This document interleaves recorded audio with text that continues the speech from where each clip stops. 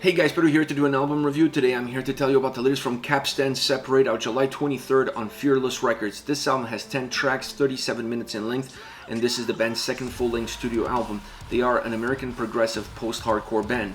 Now, the structure of the album, it felt very diverse to me. This is a record that feels like a box of chocolates. You don't really know what you're getting until you get into it. And even when you get into it, you don't really feel what the songs are going to be about until you get a taste of each and every single one of them. There's just a lot of diversity of approach, and if the point was to keep me guessing, well, they achieved that, because I wasn't really sure if I was coming or going throughout this record. At times I felt a little bit lost.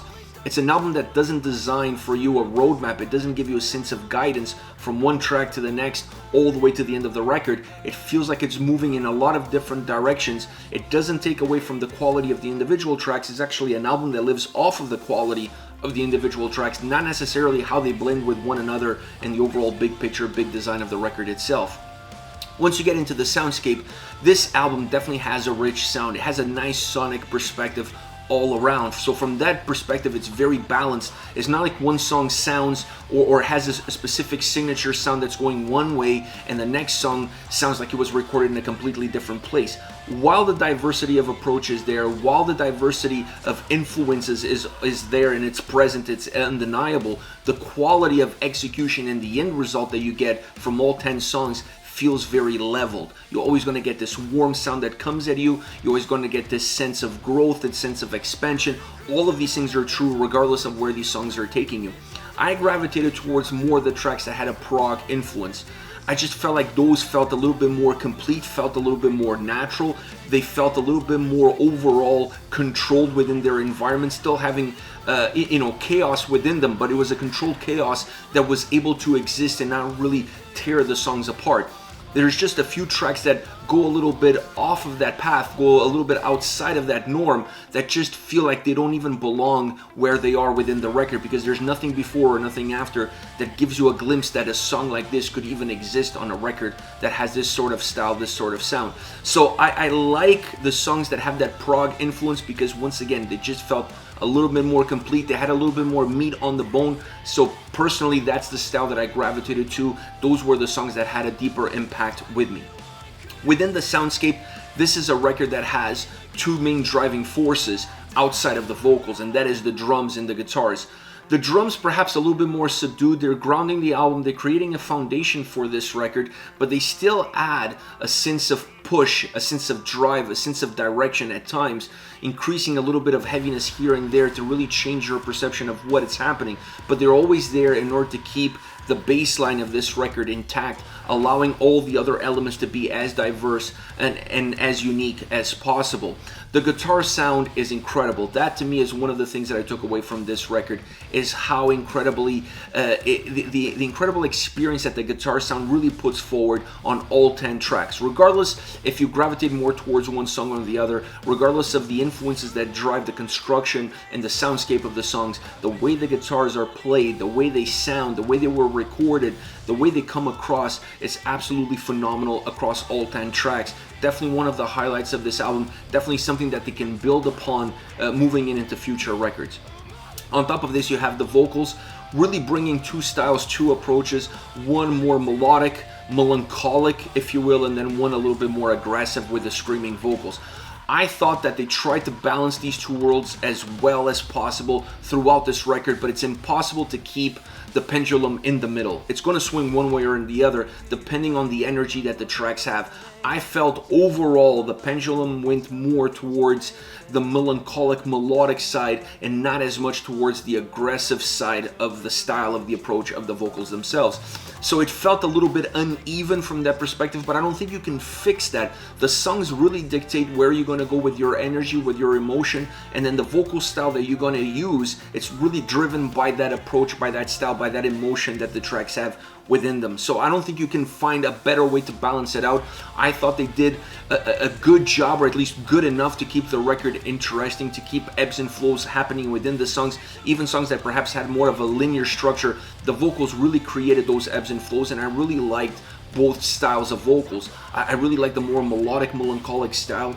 It had a lot of emotion built in, it had a lot of pain built in it, and then the more aggressive screaming vocals had a little bit of the outburst of everything that had been piled up inside on the other side of the coin.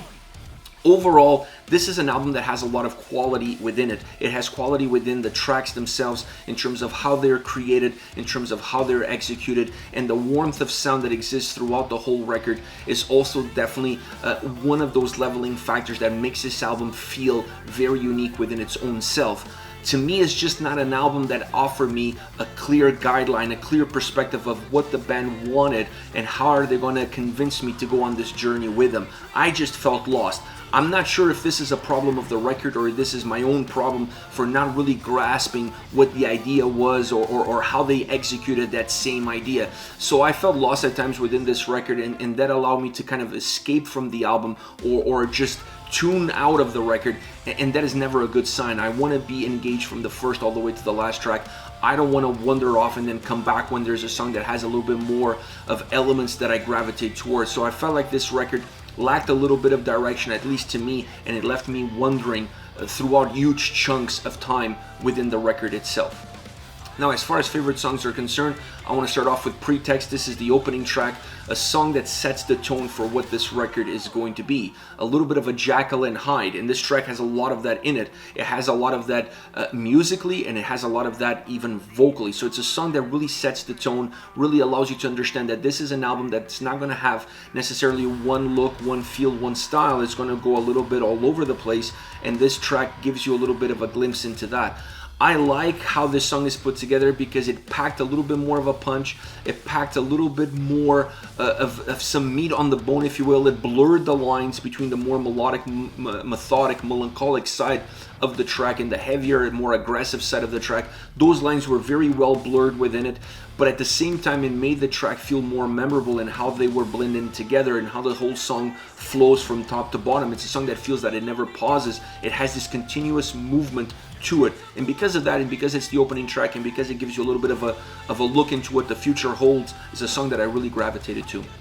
Next, Tongue Biter, vocally packs a lot of aggression. Not necessarily that the vocals are overpowering everything that's happening into the track, but you cannot deny the punch that they have from the beginning all the way through. There are some melodic, some more methodic moments within the vocal style throughout this track. It's not like you're going to get screaming vocals from beginning all the way to the end, but when they come in, they really become noticeable and they start to push this song.